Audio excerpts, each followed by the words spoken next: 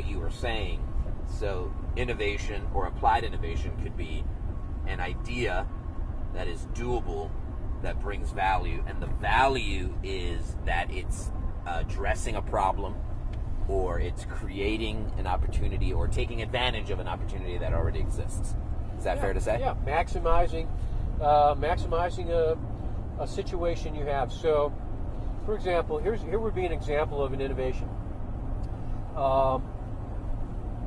12 years ago, after our church our worshiping community had existed for 3 years, and we got to the place where we either needed to close it and shut the doors, or we needed to go all in and make things happen. And we decided to go all in. The only problem was that the chapel where we worshiped from September through May wasn't available for us in the summer.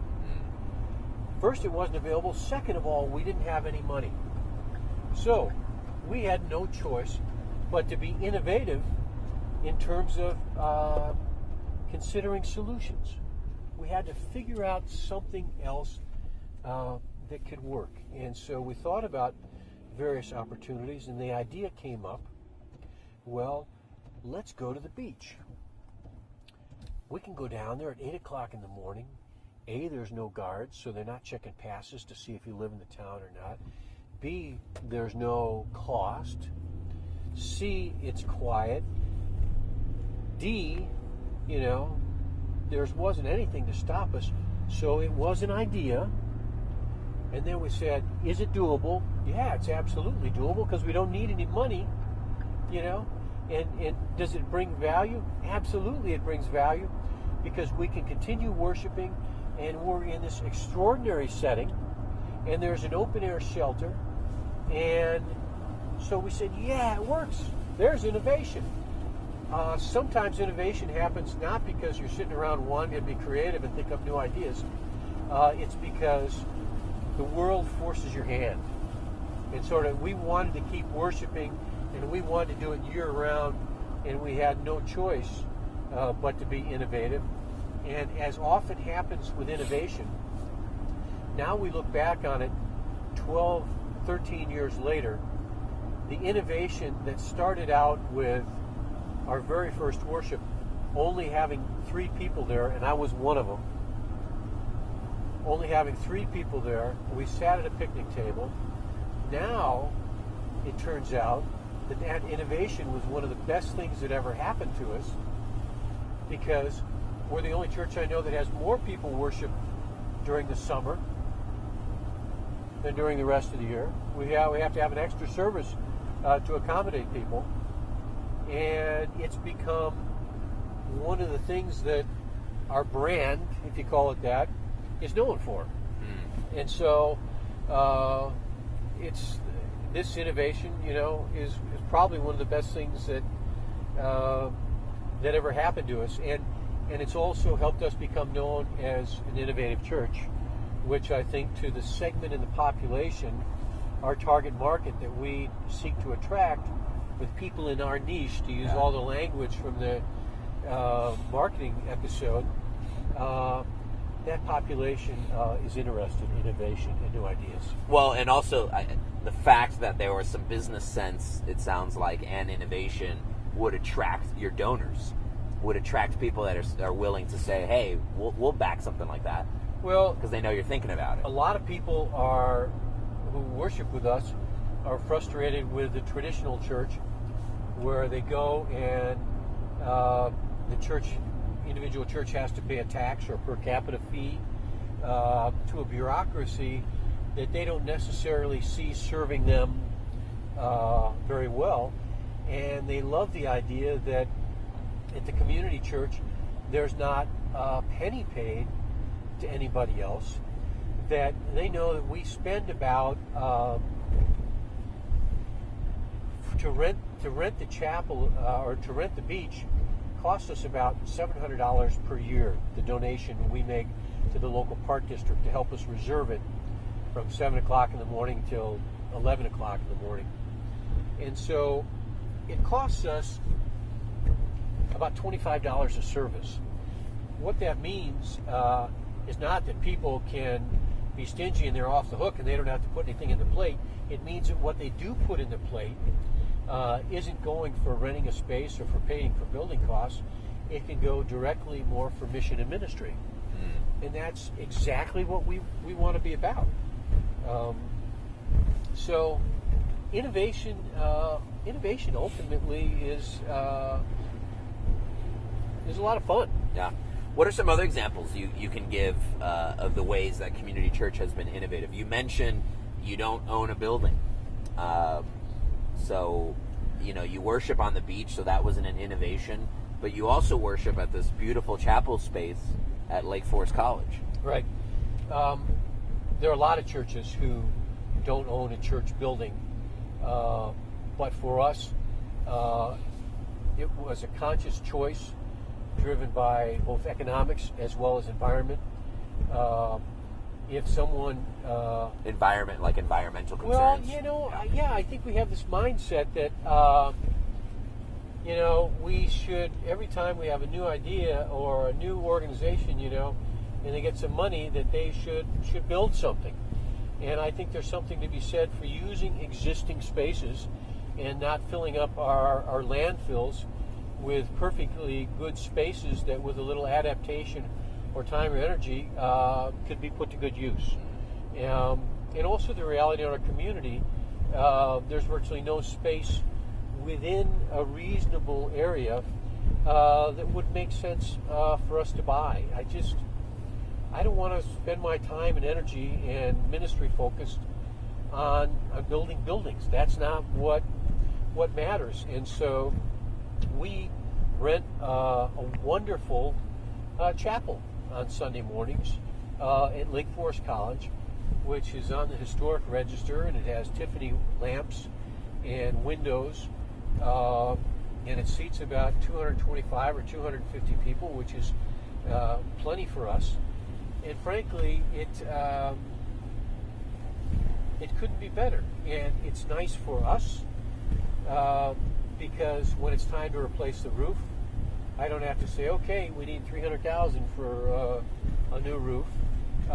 We spend a fraction to rent it what we would otherwise spend, and it's also good for our partners at Lake Forest College because, there's 100 or a couple hundred people from the community coming to campus on Sunday mornings, which is great for them. In addition good to community this, relations absolutely. Kind of thing, yeah. In addition to this additional revenue source. Now, Ken sitting in the back seat our music minister, will tell you that is it a hassle for him to set up all the music stuff every Sunday? Yep. Is it a drag for me to go in there at 6:30 on a Sunday morning and find out that for whatever reason nobody cleaned up after the big party they had in there the night before? Or, you can't imagine some of the things I've seen and found in there over the years when I show up for church on Sunday morning that make us scramble to try and get things ready by our 10:30 service. You pay a price for it, but it's a small price to pay. And it allows us to use our resources for mission and ministry and not just maintaining a building, which I think so many churches do. There are a number of innovations for us. Let me ask you this. So, you don't have a building. Did it take a committee to choose to have a building or not? Oh, you set me up. Actually, no, we don't have any committees, which is another innovation. And to me, you're missing out, man. Yeah, okay. I think not. And there's not that many people that are saying great things about committees or their committee experiences. Not on public record. Frankly, we operate pretty much by common sense. And the reality is most of the tasks of ministry can be done behind the scenes. And so we don't need to have a building committee. For example, our church has a small office building in downtown Lake Bluff. And there's a challenge with the roof right now, and we need to fix it. So that's not something that I have any expertise on. I don't know roofs. I'm not a construction guy.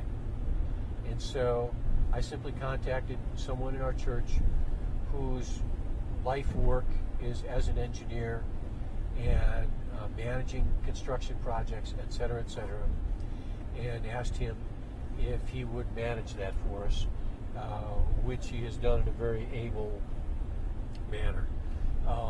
If it were a bigger project, or when we did a church survey and wanted to understand what people were thinking and experiencing in our church, to design that survey and find out the questions we needed to ask, as well as to interpret it, and put together a task force and asked a wide group, a widely ranging and diverse group of 6 people to serve on that task force. They designed the survey, we implemented the survey, we reflected on the results, and then made some changes, and the task force no longer exists. So most of the work of the church can be done behind the scenes. When people have areas of expertise, or it's something that I think everyone should know about, I communicate that. And then, then if we have need for a group, we have a task force, so it has a very specific job to do in a limited time frame. And that's how we've operated for the last 15 years, and it's really driven by trust more than anything else, and it's worked very well. And I can assure you that there are a lot of people that love the fact that they're not going to have their arm twisted to participate on the life of a committee or on a committee.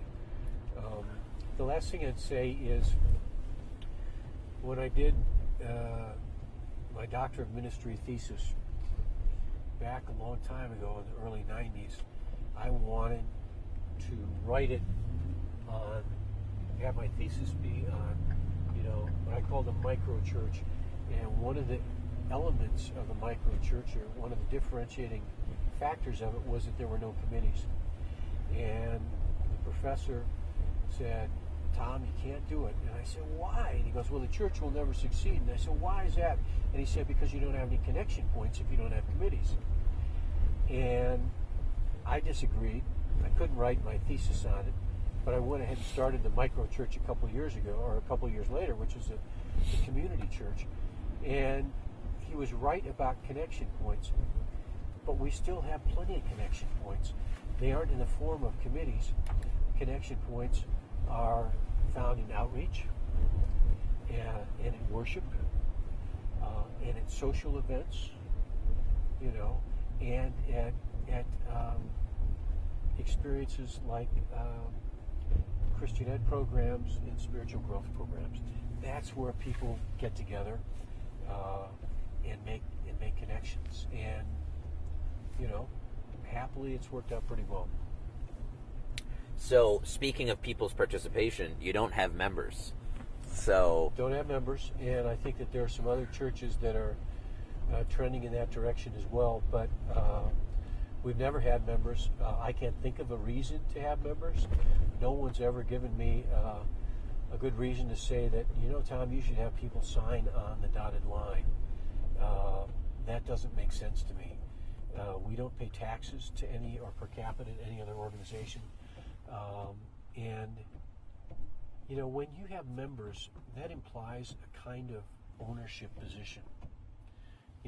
And I don't think that's what I want, or I don't think that has anything to do with what God wants either. I think, I understand why denominations want to have members, et cetera, but for us, we're interested not in someone's theological or spiritual place when they join the church, or the fact that they can affirm a creed and sign on a dotted line. We're more interested in their spiritual growth and in developing an authentic sense of faith. I think when a lot of people join a church, it's more about culture and community particular community, than it necessarily is about belief system. In the same way that when you get a new app, and you have to scroll down where it says accept, for all the legal stuff. When was the last time you read that legal stuff? There's an app for that. Never. Never. You never read it because you've already made up your mind and you hit the accept button. Yeah. And I think that's what a lot of people do when they join the church. And so lots of churches say, well, you need to affirm the Apostles' Creed. Well, I think that there are some people in the world who say, absolutely, I believe this without any hesitation. But I think the world is also filled with tons of people. Seekers and question askers. Exactly. The other reason that we don't have committees, and I would say that this is the single most unique characteristic of the community church, and it's this. Every church or worshiping organization that I'm aware of has a model or a way of doing faith. Okay, they say, if you want to do the God thing, if you want to be a Christian, if you want to be in our church, here's the model that you need to follow. Okay, and what our church does is we don't have a single model. We don't say, well, you who grew up in the Jewish tradition, and you who's Roman Catholic, and you who were Unitarian Universalist all your life, and you who are Presbyterian, you all, from this point forward, have to do your faith inside this box. Yeah. Instead, what we say is, we don't care about your starting point, and we don't want to force you to all do things in the exact same way. What we're most interested in is that your faith experience is one that's authentic, and that it's real, and that it's alive. And rather than the church defining that for you, our job is to say, we want to be your partner. How can we help? How can we help you follow the way of Jesus? And we do that through worship, through outreach, and through spiritual growth. So I'm open to the idea of members. Once in a while I think, it would be cool to have one giant membership Sunday where everyone comes and says yes. But then I rethink it and say, It's more about the ego, or what? I think sometimes it can be. I mean, okay. I think that we think that's the number one way that, people think about churches beyond theology is, well, what size is it? How everybody wants to know what the size is, But as you said before, that should be a consequence rather than a goal. Well, yeah, I think growth is a result, not a goal, and so that's probably another way that we're different. We don't really or actively think about growth. We try and do the things that we think God calls us to do and the community needs us to do, and growth is a result. All right, Tom. So this is all the good stuff. This is all the stuff that's gone well in terms of innovation. Tell me what has been an epic disaster or hasn't gone as well.